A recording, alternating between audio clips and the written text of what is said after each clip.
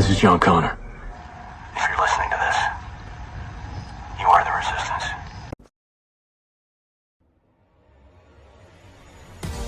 Kita membicarakan negara Tiongkok sekarang setelah sering kita membicarakan tentang Amerika. Bernegara itu, pejabatnya atau politikusnya ada baiknya memahami cara bernegara negara-negara besar supaya kita berpikir dan bertindak besar untuk bangsa dan negara Indonesia ini. Saat ini, negara besar atau big country adalah Tiongkok, lalu ada negara superpower seperti Amerika. Menyusul kemudian calon big country adalah India dan negara superpower adalah Rusia. Apa beda negara superpower dan big country? Kita perlahan menjelaskannya, berjilid bahkan berseri. Indonesia tentunya ingin menjadi negara besar, kemudian menjadi negara superpower. Seperti halnya Tiongkok lakukan saat ini, menjadi negara besar, lalu menantang negara superpower dunia atau Marshall Country, yaitu Amerika. Untuk itu, sering dalam tulisan atau video Bosman ini menjelaskan bahwa Amerika menjadi negara superpower karena salah satunya memiliki dua sistem pemerintahan di dalamnya ketika mereka menduduki jabatan atau menjadi pemerintah, di mana Partai Demokrat adalah partai yang mendekati sosialis platformnya atau heavy on government pemerintahannya dalam membangun ekonomi, yaitu apa-apa pemerintah yang mengatur dan mengerjakannya.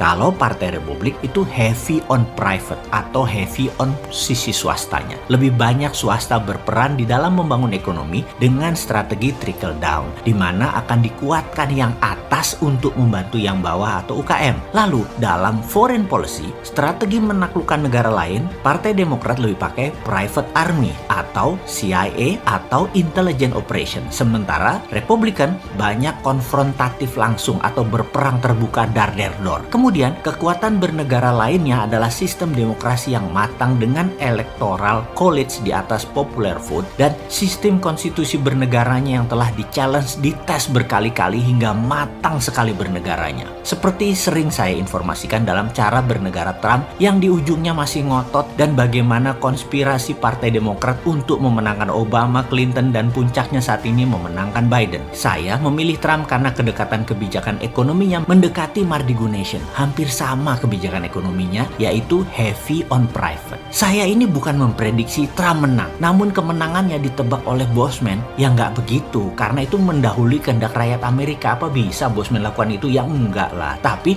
ada orang yang pendek akal, pendukung mata gelap komunis Tiongkok, benci Bosman, menganggap Bosman analisanya tidak tepat, goblok, dan tidak pantas didengar. Bagi saya, orang yang berpendapat seperti ini, saya akan mengatakan, sabar ya, orang goblok ini masih selalu belajar. Gak apa-apa kalian bilang goblok, dan saya berharap Anda terus komen, itu aja, sebanyak-banyaknya. Terima kasih ya, karena algoritma sosmed tidak melihat positif negatif isinya komen, tetapi banyak tidaknya komen tersebut. Jadi teruslah berkomen, walaupun menggoblok-goblokkan Bosman ini. Kembali ke Trump. Trump masih akan fight sampai sebelum dilantiknya Biden, adalah haknya Trump, dan wajib saya informasikan bagaimana Pentagon melakukan blackout kemarin secara berbarengan di beberapa kota di beberapa negara seperti di Tiongkok, Italia, Iran, Jerman, UK, Pakistan. Ini adalah simbolik sekali. Pentagon mengingatkan negara tersebut, Anda mendukung Biden secara curang dan hati-hati ke depannya. Ada hukuman buat kalian. Puncaknya kemarin Minggu malam secara gosip-gosip, Trump dikatakan sudah menandatangani Insurrection Act of 1807 seperti informasi yang kita berikan sejak November 2020 kemarin.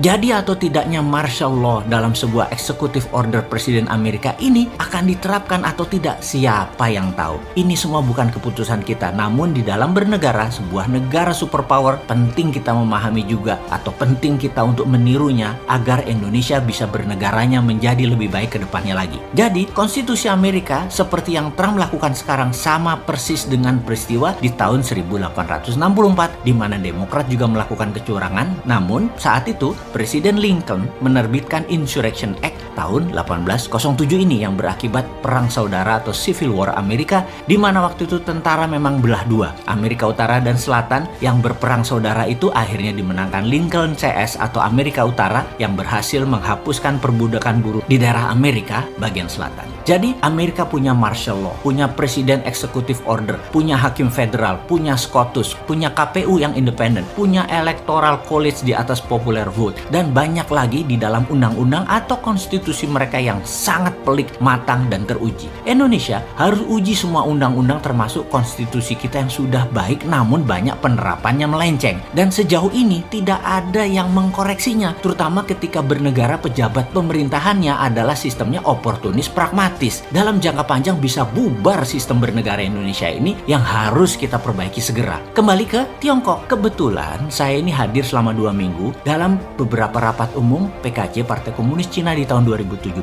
yang mana hasilnya memutuskan Xi Jinping menjadi presiden seumur hidup Tiongkok, membuat dirinya lebih kuat dari pemimpin legendaris Tiongkok seperti Deng Xiaoping bahkan Mao Zedong. Langkah Xi Jinping ke depan patut kita pertimbangkan matang-matang dan hati-hati. Oleh Xi Jinping, PKC Partai Komunis Cina adalah sebuah perusahaan besar. Negara Tiongkok adalah salah satu tool mereka. Komunisme juga salah satu tool mereka. Ideologi Partai Komunis Cina Tiongkok saat ini adalah BRI atau Belt Road Initiative atau juga disebut OBOR. One Belt, One Road. Semua jalan hanya satu, road to Beijing. Harus takluk dengan Beijing. Kembali lagi, jadi banyak hal di dalam bernegara dari negara lain harus kita pilih untuk Indonesia ini tiru yang baiknya agar kita menjadi negara besar dan menjadi negara superpower. Untuk Indonesia menang, kita harus banyak memahami dan membuat strategi jangka panjang. Kalau kita ingin menaklukkan Tiongkok, ingin menaklukkan Amerika, ingin menaklukkan Rusia, ingin menaklukkan India, sudah ada grand plan-nya, bos.